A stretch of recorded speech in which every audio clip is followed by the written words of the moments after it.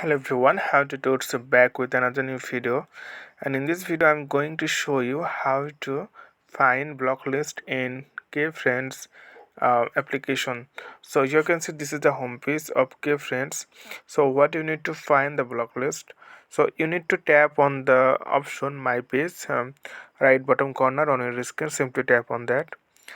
Also tap on that, then you can see the option settings option. It's called a right top corner on your screen. Simply tap on that, and after that scroll down, then here you'll see the option block user. Okay, so simply tap on that, then you will find or you'll get all the user you already blocked. So I didn't block anyone yet, that's why it's empty now or no block user here.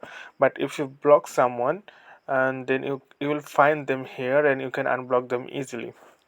So okay friend, I hope this video is helpful for you. Please consider to subscribe my channel, and thank you for watching the video.